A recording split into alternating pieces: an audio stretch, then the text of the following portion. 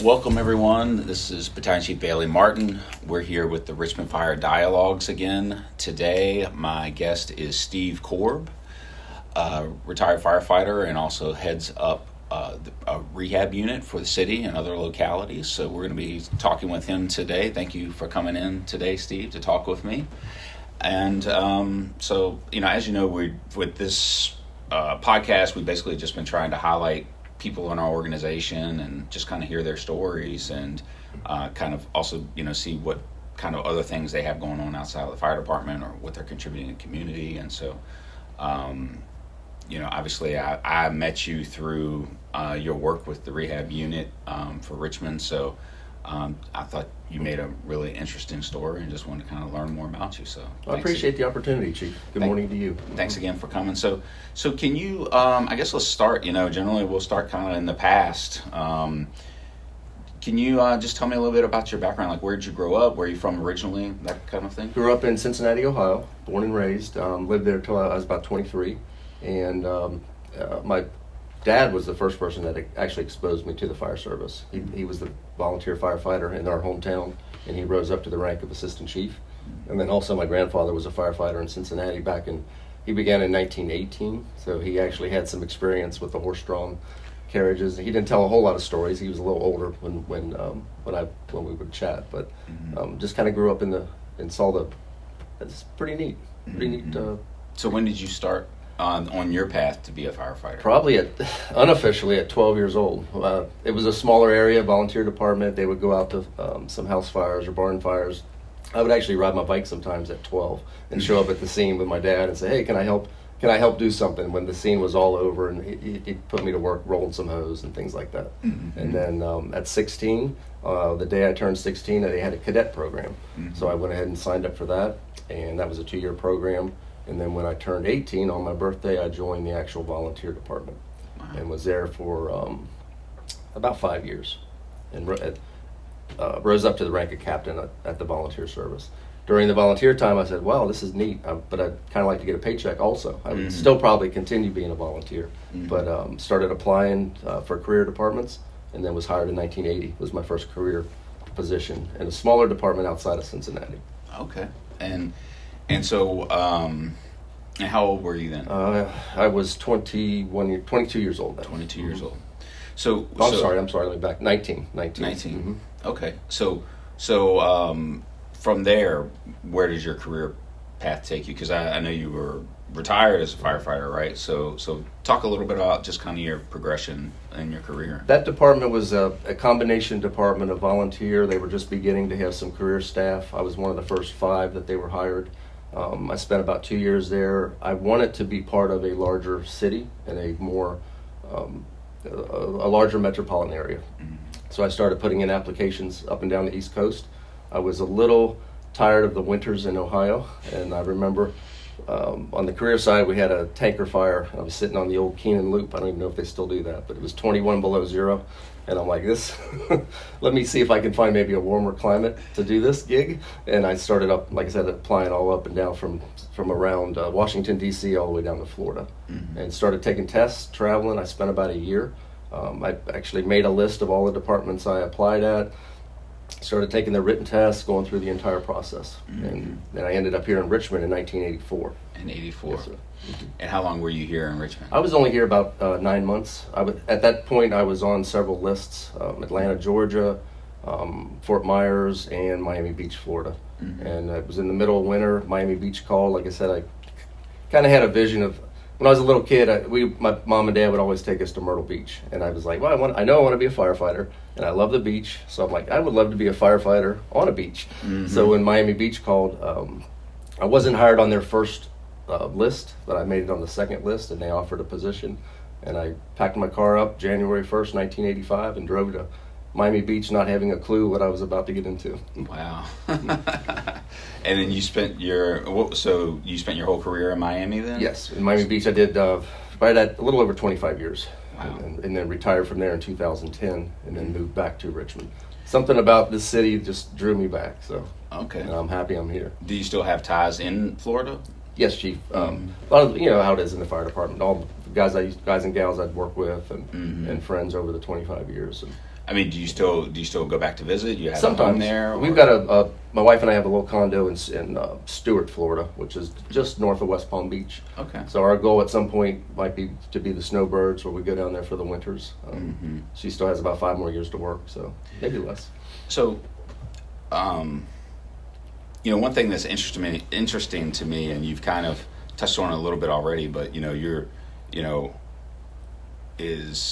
you talk a little bit about the change you've seen? Because that period of time that you with your volunteers and following your dad and stuff, obviously the fire service, the basis hasn't changed, but a lot has changed within our business. So can you talk a little bit about some of the changes that you've seen during that time? Sure. We've seen a lot of changes. I mean, it went from riding the tailboards, which was a lot of fun, and when that got phased out, what I've really noticed predominantly is the job is being taken more serious on the safety side. Like I said, riding the tailboard was a lot of fun, but that was very dangerous. The safety component seems to be, back when I started, nobody even had a portable radio. You were lucky to have one. Maybe the officer might have one. Now the accountability process, there was a lot of freelancing going on back then. Looking back, now it's much more structured with incident command, and that's all earmarked for safety. How did how did that play out for you in your career? Like, what kind of, were you a career firefighter, like a master firefighter, or did you have other roles during your career in Miami? Predominantly in Miami Beach, I was a regular firefighter. I tested several times for officer position, did well on the list, just didn't make it, but that didn't discourage me. I enjoyed being a regular firefighter. And even in the area that we lived at the time, they had a combination department. So I was also a part-time firefighter there, and I became their training officer. And at nights you fill in as a volunteer also. So I always liked being part of the community. Did they have a variety of specialty teams like Richmond and Miami, or did you ever participate in anything, were you an engine guy, truck guy, or mostly initially mostly an engine guy. Down there it's advanced life support also. So every firefighter had to become a paramedic. They gave us 3 years. I was in on the beginning of the USAR Task Force 2. Task Force 1 was Miami-Dade County. They started, they were one of the premier ones back along with Fairfax County, Virginia. Right. So then Miami, the city of Hialeah, Miami Beach all kind of combined resources, and they formed USAR Florida Task Force 2. And I was on the ground phase of that, so we did all the technical rescue training and things like that. Cool. The city of Miami Beach, we only had a total of about 200 uniformed personnel with 4 stations. So busy area, unique because of all the high rises, a lot of high rise firefighting, dealing with the heat all year long. What about obviously being on the water is, like you said, it has a certain attraction to it, obviously, but with that comes some other things like hurricanes. Yep. So which we've dealt with from time to time here in Richmond, but down there it seems like it'd be a lot more of your normal response plan. So can you talk a little bit about that and how that, what kind of challenges you have as a firefighter in that kind of environment? Sure. We were actually on duty the day Hurricane Andrew came through. The prior, or the what's the word I'm looking for? When the hurricane's coming, all the preparation part of it would be very labor intensive for the firefighters. Since we did work on a barrier island, it was pretty much an evacuation zone completely. So we would assist, and back then Miami Beach was predominantly elderly residents. So we would spend 2 or 3 days just helping get the people loaded up onto buses and get them off the island. And Hurricane Andrew was in around the early 90s, but we were on duty that day, and we didn't know what we were getting into. We had never experienced a hurricane of that force. Even when we showed up that morning, we weren't sure what was going to happen. They had us relocate all of our cars off the island. There was going to be crews remaining on the island throughout the event, and they would relocate us over to the convention center, and all the apparatus was inside. And at a certain point, when the winds reached a certain level, we weren't supposed to be responding on anything. But as you know, things change, and a structure fire actually came in about 3 a.m. during pretty much the peak, and it was in a high rise on about the 12th floor of the Mason Grand Hotel. And the chief came down, the battalion chief, and he said, "Here's what we've got. Y'all want to take this in?" And we're like, "Sure, let's go." So, and talk about it, that was right on the ocean, so easy to ventilate once the windows came out. But en route to the actual call, I mean, you couldn't see anything. One of the engines actually got wrapped up in a down power line, and it flipped them around, and I mean, it was kind of intense. But then, so you've got the days before that you're preparing, and then you're kind of battened down during the event itself. Right. And then what really kicks in is the aftermath. You're dealing with all the chaos and the destruction after that. And I remember one of the guys I was working with, he even said that afternoon, because we were scared. I mean, it was like at that time it was a Category 5 coming right for Miami Beach. And my buddy Mike, he said, "You know what, Steve?" He goes, "Tomorrow, who knows what's going to happen tonight?" But he goes, "I think everything's going to change."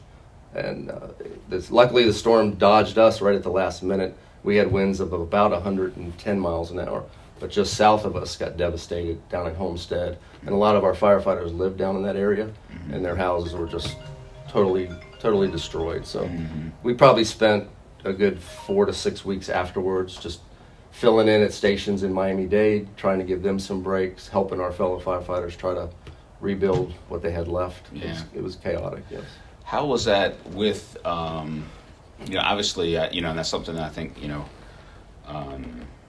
people outside of the fire service don't think about, but how is being in that type of situation or environment, how does that work with managing your family, at home? Were they able to evacuate? So was it a situation where, like, you knew they were in a safe place so you could focus on your mission, or did you still have worries about those? During the day, it was hit or miss, because it was bearing down right on Miami. Now, at that time, I lived up in Fort Lauderdale, which, as we know, hurricanes, a matter of 40 miles can be the difference between a catastrophe and just an annoyance. So they were all up in the Fort Lauderdale area. So once we knew the whole family was at home, had a backup generator, I prepared a couple of days prior because it looked like it was coming for us.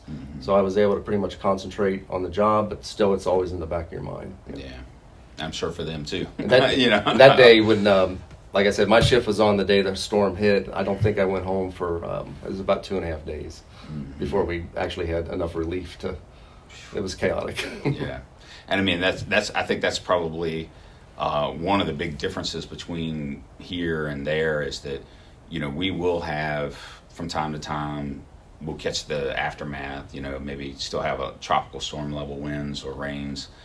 So we deal with a lot of flooding, but we don't deal with the widespread destruction aspect and so, a day or two after, we're pretty much wrapped up. Whereas with that situation, that's sometimes weeks or months of dealing with those situations. So, and then we also noticed, and you probably noticed it here also, when the power would go out during a storm, if someone's using their stove or they're cooking something, then they may leave the apartment or house, they forget that it was turned on. 3 or 4 days later, the power comes back on, and now you have a structure fire. So it's a whole cycle from preparation to mitigation.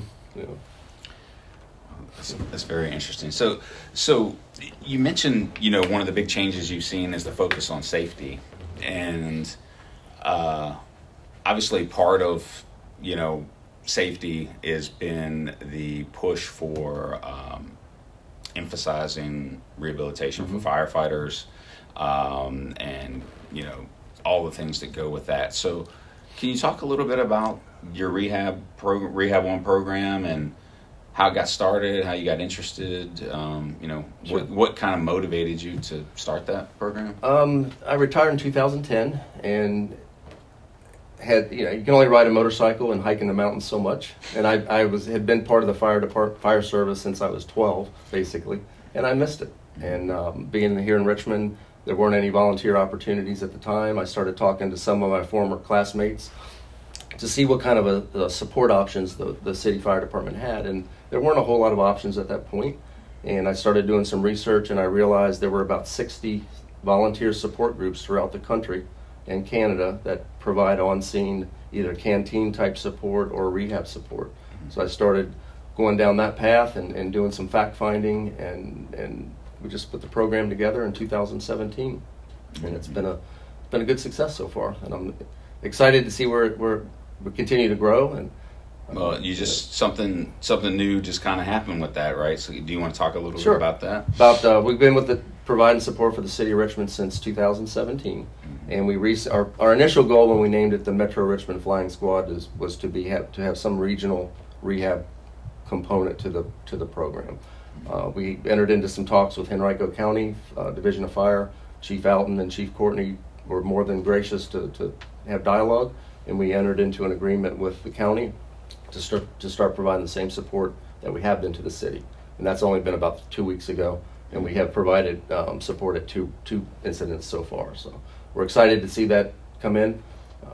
How's that been received? I know, I kind of have an idea of how it works with us, but how's that been received in him? Right? Very similar. Yep. They have their Utility 7, which is similar to our Airlight 1, which mainly carries bottles and some coolers. But the last call I was on Sunday. It was a heat index of about 102, and we just had our little basic setup, and they were just ecstatic. And I said, if you like this, you haven't seen the full setup yet. I mean, you'll lose your mind.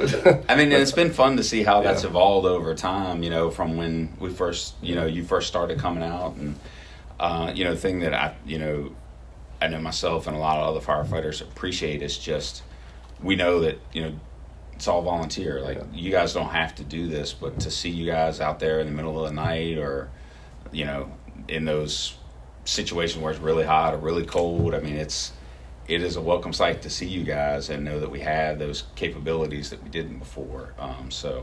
How do you go about recruiting and retaining people to help you with it, and how much are you going to need to expand based on your new kind of obligations or partnerships? Right now we've got about 30 volunteers. We make mostly it's word of mouth or through the social media sites such as Facebook or Instagram. We have a process that takes about 3 months because we do a background check. We do driving records. They have to be 18 years of age or older. And once we onboard, once they have to show that they are interested. Since there is not a paycheck involved, there's about a 2 or 3 month process where they come in, they learn our procedures, they learn our equipment, so that they can operate safely on a fire scene. We never operate in the hot zone, but we're out in the cold zone. But still, as we all know, every fire scene is very dynamic. There's a lot of moving parts to it. So we want to make sure every member can operate safely under supervision. Right now, we're excited to announce we've got about 10 applicants. It's a 3-phase process. So they pass the application phase. Now they're in the kind of the learning phase, learning the procedures, showing up at the fire station or our building, learning the equipment, and preparing them to be able to. The next phase would be they're actually allowed to show up on a response under supervision as a guest, and then that way we can evaluate how they operate on the scene. We already have an idea, and they've been trained. Most of the applicants now and our members have had prior fire service experience, so they're used to how dynamic fire scenes can be. But it's open to any citizen. Just have a heart of a volunteer and be willing to go through a few steps. And that's great. So you really don't go through any kind of, I guess we'll say, recruiting process. It's just pretty much, people that hear about it or see some of the stuff that's out there and then just contact you guys about being interested. Currently, that's how it is. They find us, and then we are aggressive touch and base. In the day we live in today, everything's text messaging and emails. We reach out with an old-fashioned phone call and try to welcome them and get them in the door.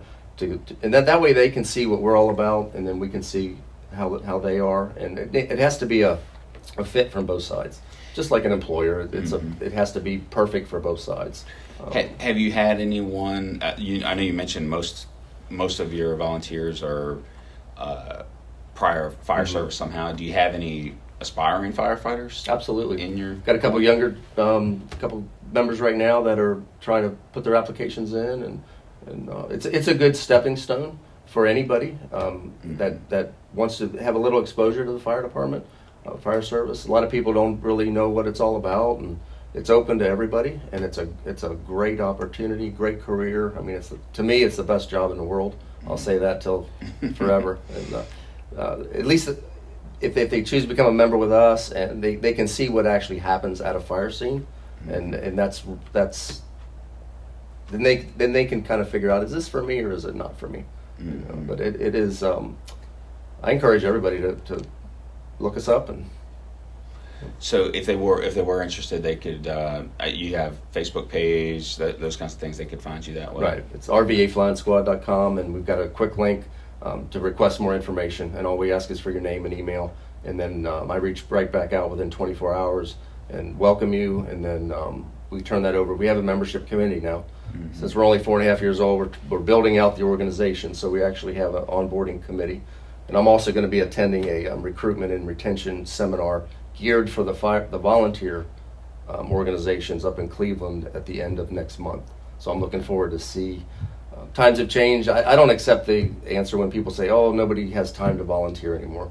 I don't accept that. I mean, it has to be the right person with that heart of the volunteer.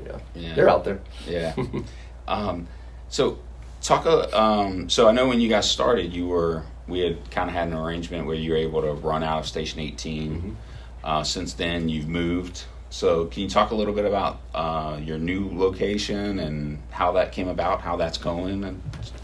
Yes, we're really excited about that. We're in the final phases of purchasing the former Fire Station 17, which is out on Bainbridge at 2901 Bainbridge. It was an active fire station from about 1917 until I think 2010 or 12. It was actually the last, the way I understand it, it was the last firehouse that the city built that was designed to accommodate horse-drawn fire equipment. It had sat vacant since the new Station 17 on Semmes Avenue was built.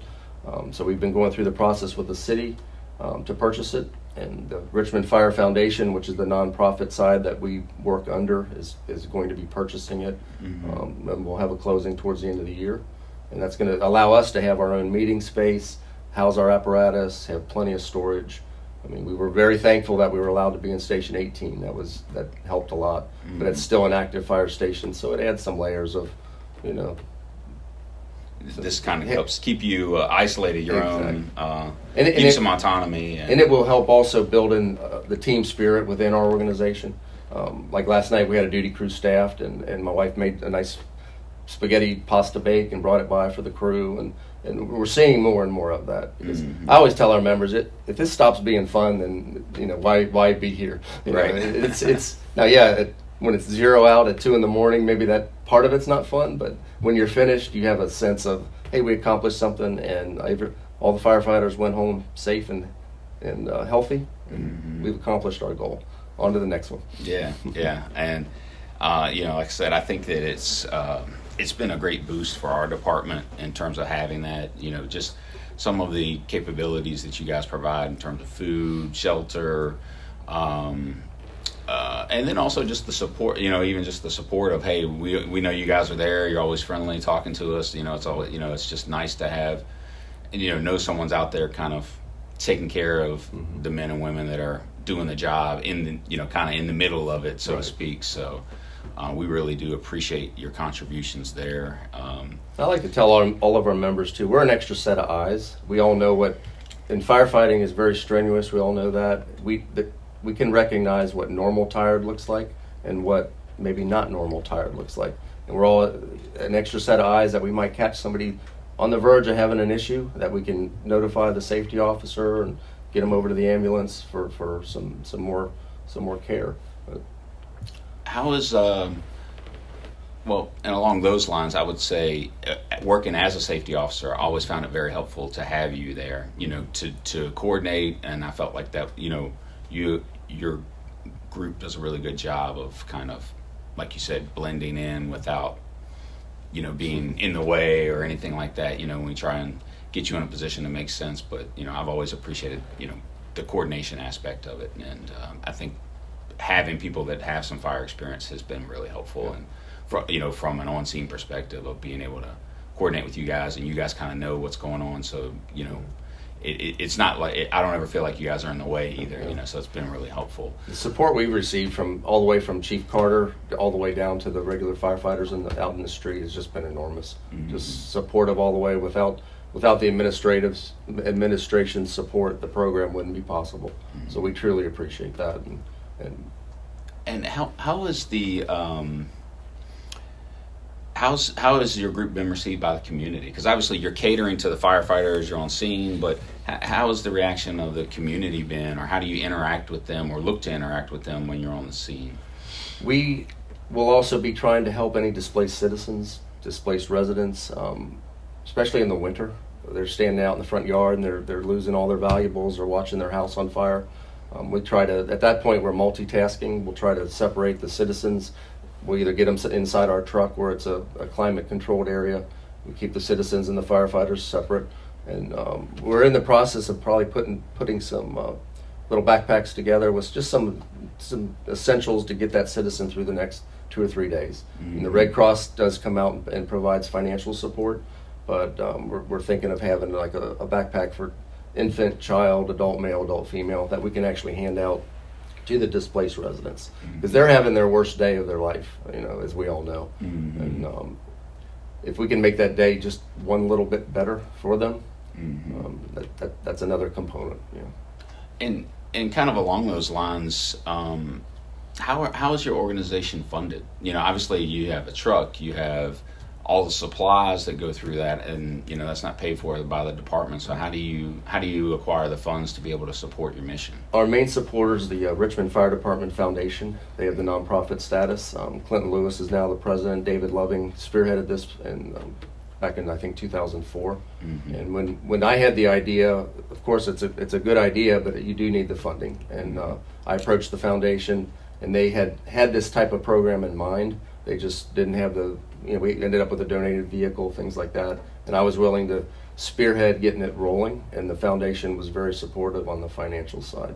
That's where we receive most of our financing, which firefighters actually contribute to the foundation through either a credit union deduction, and then we have another program that you can donate a couple of dollars a month. That helps. Doesn't sound like a whole lot, but if you start thinking 500-600 people are donating a couple bucks a month, it helps. And so if someone wanted to help, maybe they couldn't volunteer or whatever reason, but they wanted to help contribute to this program, they could contact the foundation and look at some of those donation options that you mentioned. We've also got one that's spearheaded strictly for our program. It's called PassTheBuck.rva.com, and you can sign up. And we use Square as our processor, so it's all secure. And you start out at a minimum of $2 a month. Anybody can pretty much afford that, and it goes directly to supporting the health and safety of the firefighters. None of our volunteers receive any compensation of any kind, so your $2 can help put a nice bottle of water in their hand or a snack, and it's much appreciated. And along the lines of like that project you talked about, do you ever take donated goods like food, or is it all strictly money and you guys handle that side of things? We have accepted donations of food, which is always appreciated, and contact us through the website if they have something that they're willing to donate, and we'll be happy to accommodate it. So you've been doing this program now for almost 3 or 4 years now. How has that changed with having your career behind you, and in terms of your professional career, how's that changed how you look at the fire service, or how you look at firefighters, or some of the things that they're experiencing today? I like that the fire departments are taking the health and safety part of it. I don't want to say more serious, but it's more of a process now. But, back in my early days, you'd come out of a fire and you were lucky to get a drink of warm water. You'd put a steel tank on and go back in, because unfortunately the sad statistic is about 50% of all line of duty firefighter deaths are because of stress and overexertion. So our program is fully designed to help mitigate that tragic statistic. And it's good to see. A lot of firefighters would think, and even I was guilty of this years back. Metro-Dade was a much bigger department than ours, and they had rehab back in the 80s. And we would come out of a fire and see the Metro-Dade people over in their area having drinks and snacks, and we would joke about it. It's like, hey, what are you guys doing over there sitting? Let's get back and do the fire. But it really is, your body's just not designed to continue to work at that level continuously. So all rehab really is a period to allow your body to recover some, to get back to optimal performance, so that you can return back to duty safe and healthy, or go back into service to complete your shift and to go home healthy and safe. And I think that's one of the good things about your program, is that it does provide a little bit of structure, in terms of we have a dedicated space where, and there's resources there to really help them try and recover. Because, one thing I've noticed is that firefighters they don't want to sit, unless, sometimes, if they feel like the mission's completed, then they may, there's things kind of ratchet down a little bit. But having that place and then being able to, kind of orderly move people through that, I think has been really helpful to give them the structure to go, okay, yeah, I need to take a little time. And I have noticed, you have certain firefighters that maybe have trouble with the exertion, maybe they have high blood pressure or something like that. So they know they need that extra recovery sometimes. And I think having some of the other things that you have in terms of advanced cooling and heat in the winter helps provide some of those things that can really accelerate the recovery process, rather than just going and sitting in the grass somewhere and you still, you don't really feel like taking your stuff off. You kind of create a space where they can do that comfortably and really take that time to focus on the recovery and relax for a little bit. So it's a good 10 or 20 minute process, and the hydration component of this is extremely important, because as we're sweating, your body's composed mostly of water. The sweat is water and sodium, and the more you sweat, you could lose up to 1 liter or 2 of water in the first 20 minutes. So the important part there too is to stay hydrated first thing in the morning. Most of us walk around in a pretty good, well hydrated situation, but once you're dehydrated, it's a little harder to get caught up, because your stomach can only process so much. It gets absorbed, it doesn't get digested. So the hydration part is really well. The main task, lowering the core temperature of the firefighter, because when you're sweating, the firefighters have all the protective gear on, so you're not able to do the sweating evaporation cycle that cools your body. So your body just keeps heating up. So once they come into our area, it's nice to break that cycle for a while. Get them out of the coat, get the pants down around their ankles, especially on these hot days like we're having this week. Yeah. Finding a cool spot for them to sit down, It's helpful. Yes. It's very helpful. It's very helpful. Well, Steve, I really appreciate you coming and talking with us and telling us a little bit more about rehab and your experiences in the fire service. I can't say enough how much we appreciate your group, and also just appreciate you, as being a person that's kind of taking the lead on this. It's always good to see your face out there. It's kind of a comfort when I see you show up to, I know that you guys have us taken care of, and I just want to thank you on behalf of the whole department for everything that your group does for us. So we really appreciate it, and look forward to this being a long-lasting relationship with your group. I really appreciate that, Chief, and thank you to the fire administration for being supportive. I'm excited to see where this program ends up, and I don't think we've seen anything yet. We're on a roll. That's great. That's great. Well, thanks again, and I'm sure we'll be talking again in the future. Thank you, Chief. Appreciate it.